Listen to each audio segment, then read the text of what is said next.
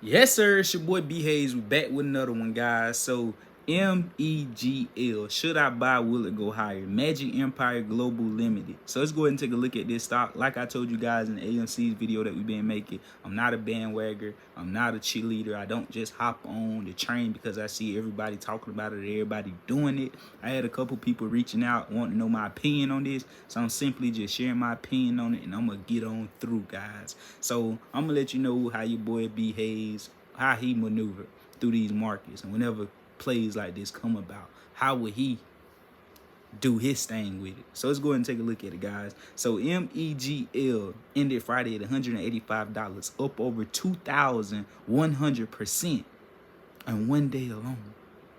And then in the after hours, it went up another 110%. Just insanity, guys. Insanity, right? And we know it was another Chinese stock that went off as well.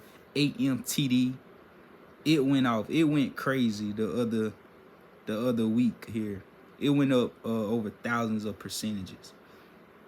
So now, and this basically the MEGL is a sympathy play.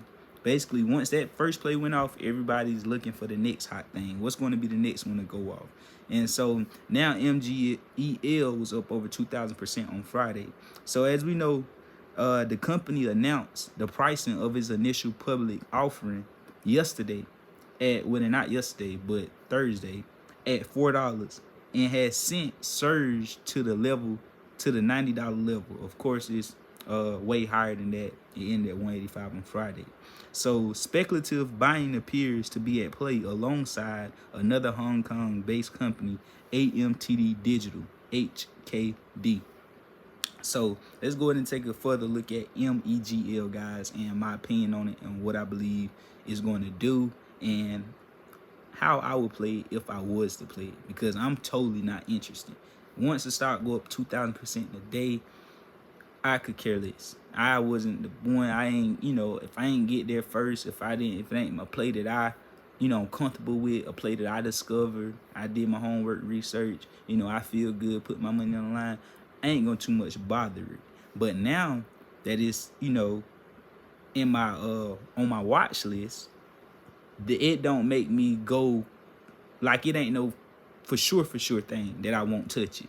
Because if it create an opportunity, I'm likely to put a small amount of money. I wouldn't put nothing crazy, nothing large. That's how you have to do these plays. A play that you shouldn't be involved in, but if it creates an opportunity that presents itself where I could get in with a small amount of money that could possibly turn me up 100% return in a single day, then I would take that risk. Meaning, it ended at 185 on Friday, right? This is going to be crazy volatile. So anybody thinking, oh, I need to buy first thing, I need to hurry up, you're going to lose hella money.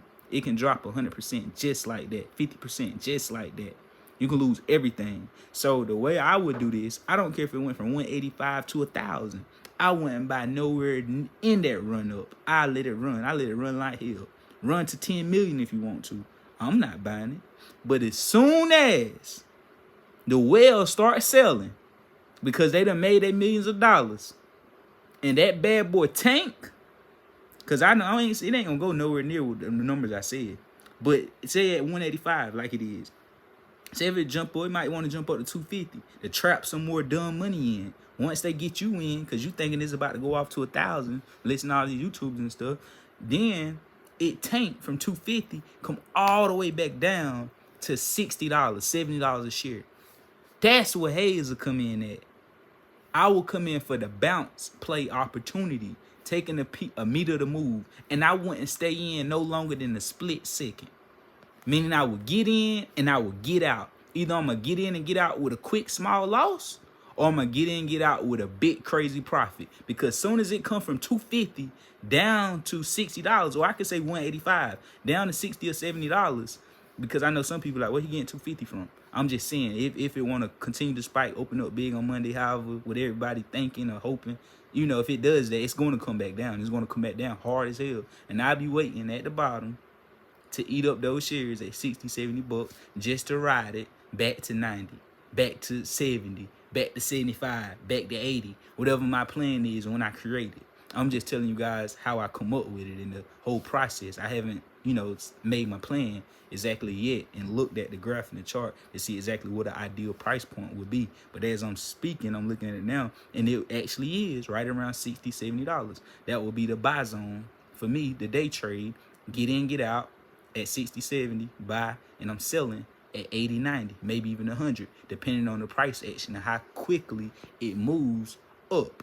So you already know, guys, that's my take on it. I wouldn't be messing with, to sum it up, I wouldn't be messing with these Chinese companies. The only way I would get involved in them if they run up crazy and drop drastically. I'm talking drop fast, quick, and hurry, and then I know it's a dip buy that was made to scare investors. Then I would jump in for a small amount of money, because that's still going to be risky. This BS trading at 60 or 70.